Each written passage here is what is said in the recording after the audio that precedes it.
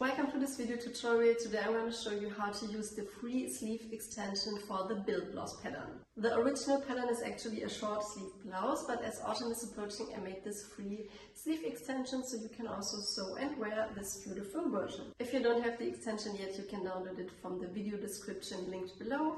Here I will also link the original sewing tutorial video for the build blouse pattern. This video is just about the sleeve extension, and as it's just this one step, there are no written instructions for this step. You can choose between two different versions. The first one is very simple and very quick. The sleeves are basically just being hemmed and then we're going to insert elastic. This is a very simple and quick construction, while the second version is difficult. Here we're going to gather the sleeve hem and then we're going to bias bind it. It's a very beautiful and elegant version, but as mentioned before, it is quite tricky. To make the long sleeve blouse you will need 40 centimeters more fabric than for the short sleeve blouse, and in case you're going to sew the simple construction with elastic, then you will need around 50 centimeters of elastic. The width should be around 0.5 to 0.7 centimeters. The cutting is very simple. You will need the exact same pieces as for the short sleeve blouse, except for the shape of the sleeve, which is different. And you will need the bias binding strip twice in case you're sewing the version 2 sleeve with gathers and bias binding. Using the sleeve extension is very simple. You will need the short sleeve pattern piece and your sleeve extension, and then simply match up the armpit points like so.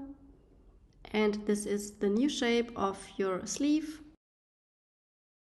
First we're going to sew the sleeve like normal and first place them with right fabric sides facing up. Make sure that they are mirrored, and then I always insert 2 pins into the right fabric side so that I always know which is the right fabric side, and then simply fold the sleeves lengthwise, right fabric sides facing, and pin along the sleeve seams. Then stitch with a 1 cm seam allowance and a regular straight stitch and finish the seams.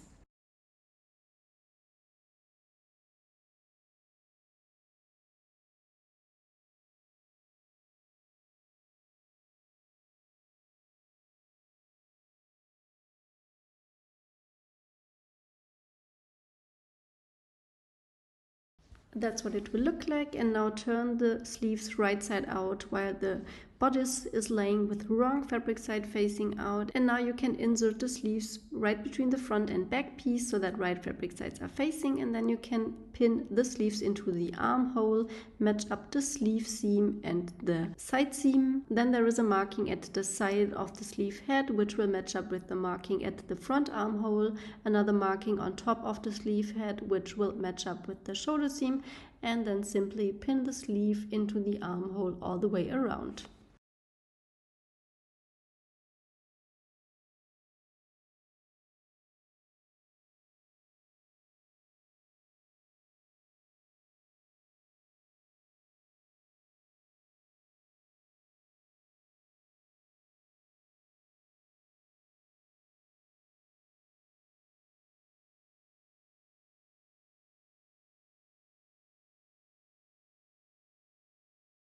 And now stitch with a 1 cm seam allowance and finish the seams.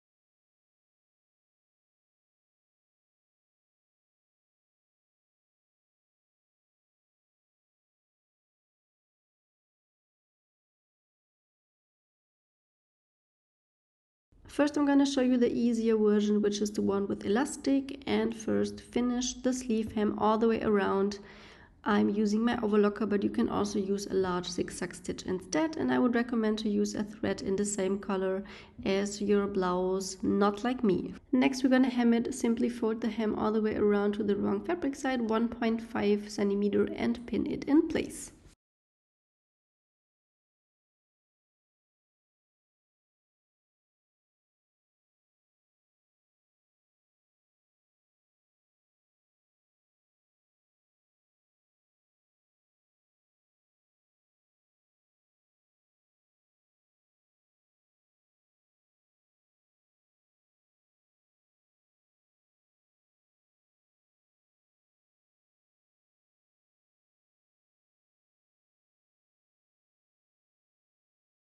And now it's time to stitch. I'm sewing all the way around, leaving a little gap right here at the sleeve seam of around 1 to 2 centimeters, so we can insert the elastic through this little gap.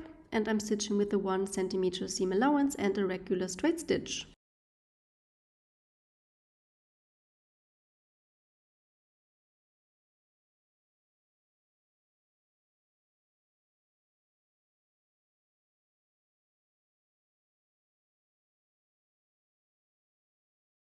And now here you can see the little gap that I left, and now cut elastic to size. Therefore wrap it around your wrist and determine your preferred length, and then add 1 centimeter of extra length. Personally, I like it more if it's not too tight but a little bit loose, but it's up to you. And then simply grab a safety pin and insert the elastic through the gap right into the hem. Secure the end of the elastic at the outside with a pin so that you don't accidentally pull it into the hem as well. And once you made it all the way around, pull out the elastic and then overlap the ends by 1 centimeter and pin them together.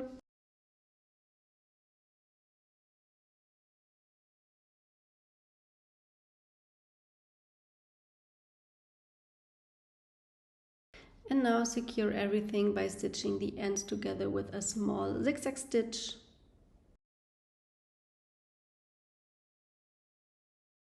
And then last but not least, close this little gap by stitching along the gap.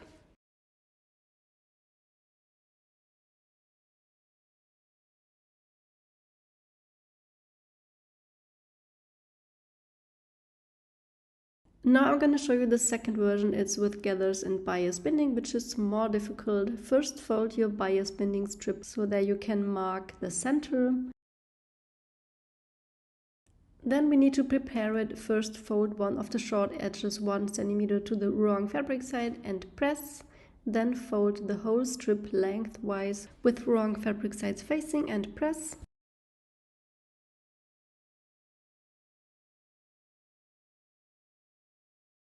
And then fold one of the raw edges to the center fold and press again.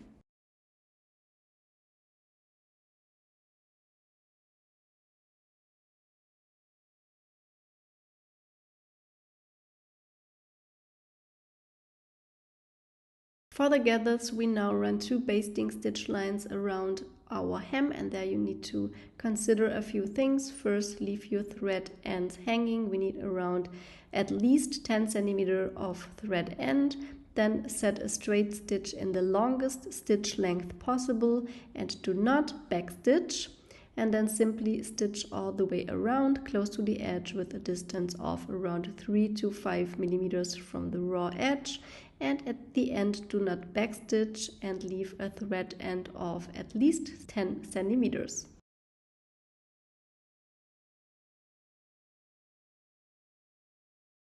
Now we repeat the step by running another basting stitch line right next to our first. Again, leave the thread end hanging, do not backstitch, and make sure not to cross the first stitch line. Stitch around 3 millimeters next to it, basically right parallel, and at the end do not backstitch again and leave a thread end of at least 10 centimeters.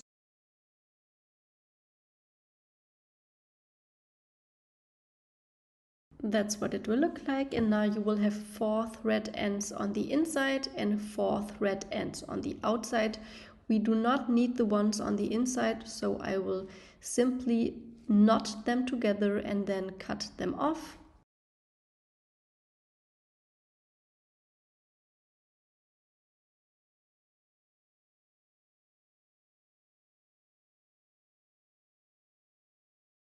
Next, I'm going to mark the center of my sleeve hem, which is basically the opposite of my sleeve seam, and then grab the bias binding strip and pin it to the hemline so that the folded edge is laying flush with the sleeve seam. Match up the center marking of the strip with the center marking of the hem. I would recommend to put your pins upright. As you can see, I am pinning the side of the strip to my hemline, which I haven't pressed inwards. And then wrap the strip all the way around. You will see that the strip is way shorter than the sleeve hem, which is normal.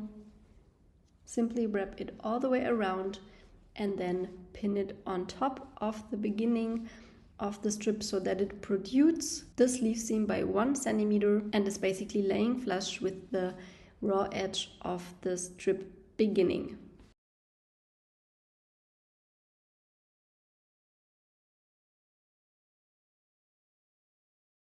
Now grab the first 2 thread ends and pull gently. You will see that now the sleeve hem is gathering. Pull until the sleeve hem has the same length as your bias binding strip. You can then tie the ends of the thread and spread the gathers equally. Some gathers stay in place without the knot. In my case, for example, it was a linen, which is kind of sturdy, so I did not have to knot the ends. And then simply pin your hem to the bias binding strip. I would recommend to place the pins upright.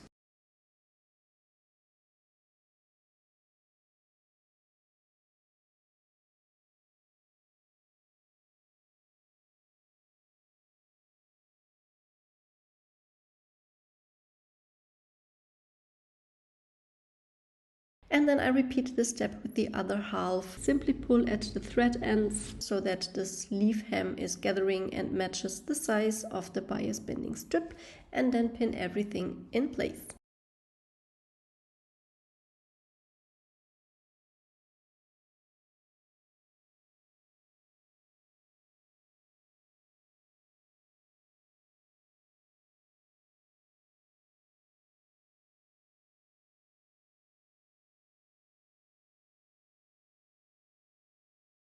That's what it will look like.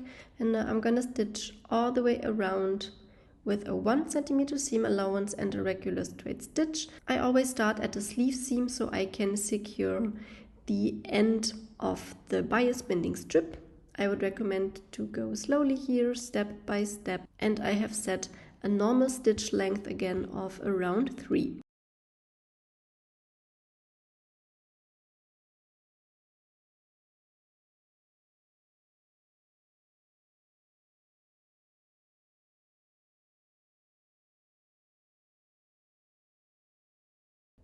Here you can see what it should look like now. Here you can see how it should look at the sleeve seam. One strip is overlapping the other for a nice transition. For the next step, I would recommend to turn the sleeve wrong side out. It's easier that way. Now simply wrap the strip around the seam allowance and pin everything in place on the right side, meaning on the outside.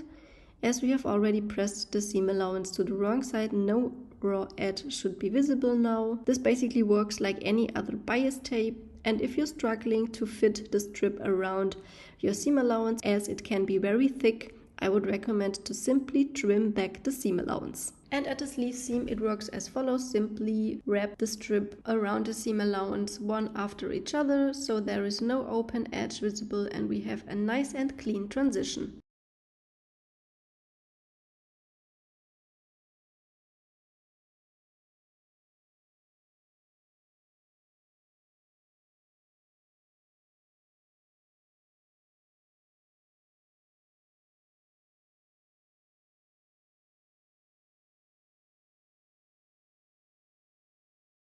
Once you've pinned everything in place, turn the sleeve back right side out. That's what it should look like.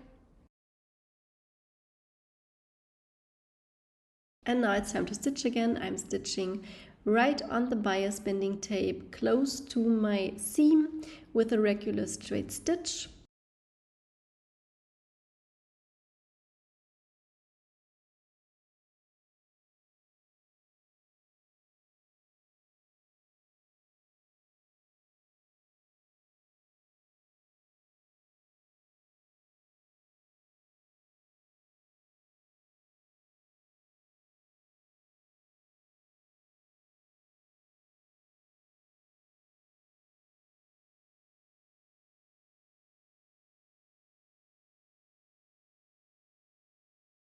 And now that was the last step. In case you still see your basting stitch lines, simply unpick and remove them.